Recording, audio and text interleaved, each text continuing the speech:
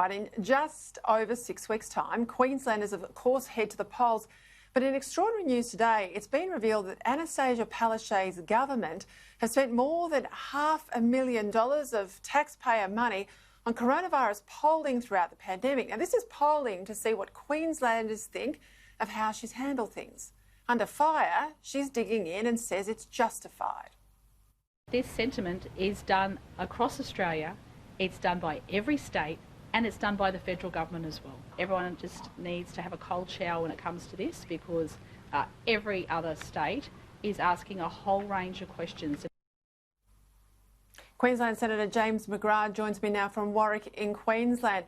So everyone else is ripping off the taxpayer, she says. Everyone's ripping off the taxpayer, so it's okay, even though she's the only one that's on a cusp of an election here. James, why isn't Labor paying for its own polling? Why are Queensland taxpayers paying for it?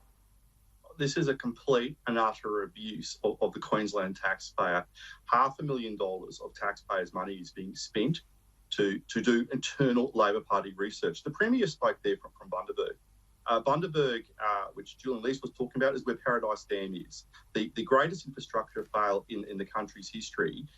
She didn't mention Paradise Dam. She is all about politics. And this is what people don't understand about the Premier. She's an artificial construct. She comes and she's a Labor Party princess. Her dad was a Labor Party minister. She believes in nothing except the pursuit of power and the abuse of office to stay in office. So this money should be normally spent by a political party. You know, from your experience working at the highest levels of government, there is no way any Liberal national government would do something like this.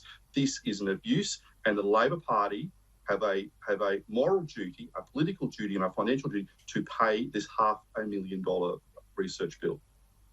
Yeah, interestingly, this is Deb Frecklington, the LNP leader's response today. If Annastacia Palaszczuk is determined to waste taxpayers' money, all for politics and populism, then it's about time Annastacia Palaszczuk either paid back the money or released the polling.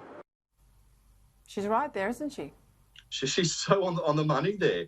If the Premier is so concerned about the sentiment of Queenslanders, then what has she got to hide about not releasing the questions that were put into the polling, where the polling took place, and what Queenslanders were thinking? This also goes to the modern Labor Party, that they actually are so not connected to the community, so not connected to what is going on in Queensland, that they have to pay a polling company $500,000. Why don't they get out and speak to people? Why don't they get out and speak to people about building dams in Queensland, about building roads and bridges, about doing something about jobs? Under Palaszczuk's Labor government here in Queensland, you can get a job if you're a Labor mate. Like Mike Pizer has got this huge budget to play around with. He's been given a job by this Labor Premier, and he's in the public service there at the moment, just, doing everything possible to make sure she gets re-elected. The taxpayers are being ripped off and the voters are being ripped off. There are less than 7 weeks to go.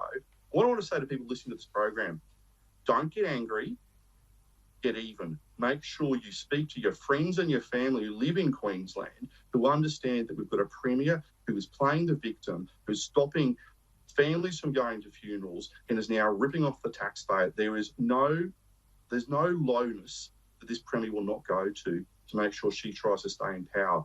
For Queensland's sake, we've got to win this election in 7 weeks' time.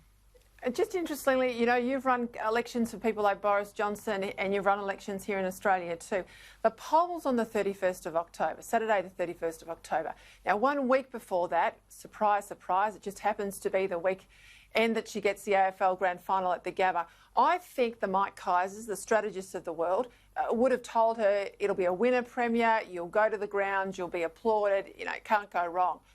I reckon when they look at her at that ground, what they'll see is a Premier who made all these decisions to let the footballers in but lock the families out. I don't think it's going to be the vote winner a week out from the election that she perhaps thought it would be.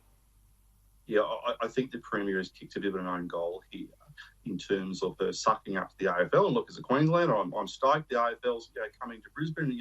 Yippee, we love our sport up here. It's brilliant that it's happening. However, the AFL's been allowed itself to be used as a football by a political football by this Premier. And this Premier, I don't think's realised what the mob are thinking.